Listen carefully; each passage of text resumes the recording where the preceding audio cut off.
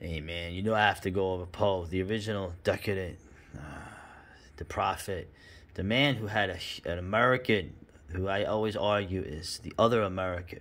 Right? What do I mean by that? The true American is, you could say, what you see now, who is hated, is the American who is shaped by living in a rural or a farmer existence, essentially kind of a combination of an Indian and a lower class European who escaped the plantations. Yeah, that's right. The other European is someone who is more like actual European. He looks to Europe. He sees these things. He's, I guess you'd say, more of a, I don't know, an aristocrat of the soul, even if he doesn't have two pennies to pinch together.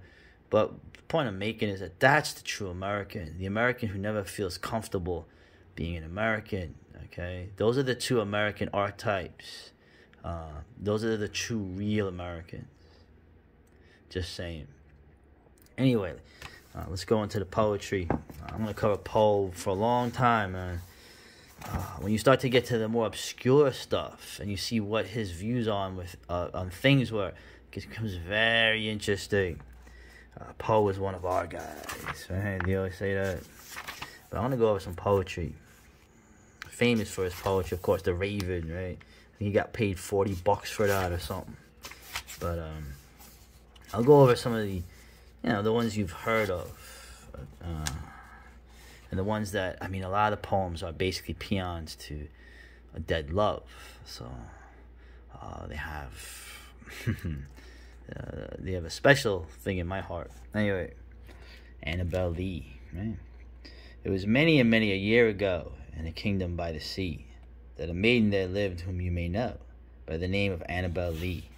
And this maiden she lived with no other thought than to love and be loved by me. I was a child and she was a child in this kingdom by the sea, but we loved with a love that was more than love. I am my Annabel Lee, with a love that the winged seraphs of heaven coveted her and me. And this was the reason that long ago, in this kingdom by the sea, a wind blew out of a cloud, chilling my beautiful Annabel Lee, so that her high-born kinsman came and bore her away from me, to shut her up in a sepulchre in this kingdom by the sea. The angels, not half so happy in heaven, when envying her and me. Yes, that was the reason, as all men know, in this kingdom by the sea, that the wind came out of the cloud by night, chilling and killing my Annabel Lee. But her love that was stronger by far than the love of those who were older than we, of many far wiser than we, and neither the angels in heaven above, nor the demons down under the sea, can ever dissever my soul from the soul of the beautiful Annabel Lee. For the moon never beams without bringing me dreams of the beautiful Annabel Lee, and the stars never rise but I feel the bright eyes of the beautiful Annabel Lee. And so all the night tide I lie down by my side of my darling, my life and my bride, in the sepulchre there by the sea, and her tomb by the sounding sea. Yeah. I'll just keep going. There's a lot of good ones here, right next to each other. To my mother, because I feel that in the heavens above, the angels whispering to one another can find among their burning terms of love none so devotional as that of mother. Therefore by that dear name I long have called you, you who are more than mother unto me, and fill my heart of hearts where death installed you, and setting my Virginia spirit free. My mother, my own mother, who died early, was but the mother of myself, but you are mother to the one I love so dearly, and thus are dearer than the mother I knew, by that infinity with which my wife was dearer to my soul than its soul life. Yeah. The haunted palace. In the greenest of our valleys, by good angels tenanted, once a fair and stately palace, radiant palace, reared its head. In the monarch thought's dominion it stood there. Never Sarah spread opinion over a fabric half so fair. Banners yellow, glorious golden, on its roof did float and flow. All this was in the olden time, long ago. and every gentle air that dallied in that sweet day, and almost the wrapper plumed and pallid, a winged odor went away. Wanderers in the happy valley through two luminous windows saw spirits moving musically to a lute's well-tuned law. Round about a throne were sitting Porphyrogen, in status glory well befitting, the ruler of the realm was seen, and all with pearl and ruby glowing was the fair palace door, through which came flowing, and sparkling evermore, a troop of echoes whose sweet duty was but to sing, in voices of surpassing beauty, the wit and wisdom of their king. But evil things, in robes of sorrow, assailed the monarch's high estate. Let us mourn, for never morrow shall dawn upon him desolate. And round about his home the glory that blushed and bloomed is but a dim remembered story of the old time entombed. And travelers now within that valley through the red lit and windows see vast forms that move fantastically to a discordant melody, while like a ghastly rapid river through the pale door a hideous throng rush out forever and laugh but smile no more. Man, to paraphrase Steve Harvey, man, if you don't feel that, I can't say nothing to you. I know. I know, probably bringing that away. The Conqueror Worm. Lo, 'tis a gala night within the loathsome land of years, an angel throng bewinged, bedight in veils and drowned in tears, sit in a theatre to see a play of hopes and fears, while the orchestra breathes fitfully the music of the spheres. Mimes in the form of God on high mutter and mumble low, and hither and thither fly. Mere puppets they who come and go, at bidding of vast formless things that shift the scenery to and fro, flapping from out their condor wings, invisible woe. That motley drama, oh be sure, it shall not be forgot, with its phantom chased forevermore by a crowd that sees it not, through a circle that ever returneth in to the same self spot, and much of madness and more of sin and horror, the soul of the plot. But see amid the mimic rout a crawling shape intrude, a blood-red thing that writhes from it out, the scenic solitude. It writhes with mortal pangs, the mimes become its food, and the angels sob at vermin fangs, in human gore imbued.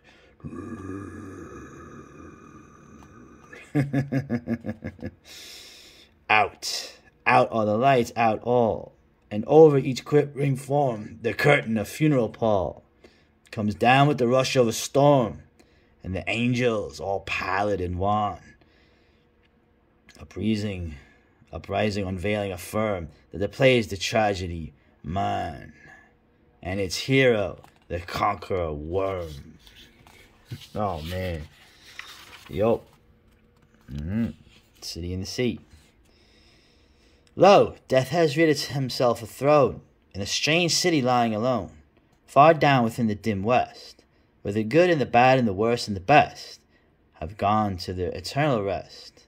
There shrines and palaces and towers, time-eaten towers that tremble not, resemble nothing that is ours, around by lifting winds forgot. Resignedly beneath the sky, the melancholy waters lie. No rays from the holy heaven come down on the long night time of that town, but light from out of the lurid sea streams up the turrets silently, gleams at the pinnacles far and free, up domes, up spires, up kingly halls, up fanes, up Babylon-like walls, up shadowy long-forgotten bowers, of sculptured ivory and stone flowers, up many and many a marvelous shrine, whose wreathed friezes intertwine the viol, the violet, and the vine. Resignedly beneath the sky, the melancholy waters lie. So blend the turrets and shadows there, that all seem pendulous in air, or from a proud tower in the town, Death looks gigantically down. There are open fanes and gaping graves, yawn level with the luminous waves, but not the riches there that lie in each idol's diamond eye, not the gaily jeweled dead, tempt the waters from their bed, for no ripples curl, alas, along that wilderness of glass, no swellings tell that the winds may be upon some far-off happier sea, no heavings hint that the winds have been on seas less hideously serene. But lo, a stir is in the air, the wave, there is a movement there, as if the towers had thrust aside, and slightly sinking the dull tide, as if their tops had feebly given a void within the filmy heaven.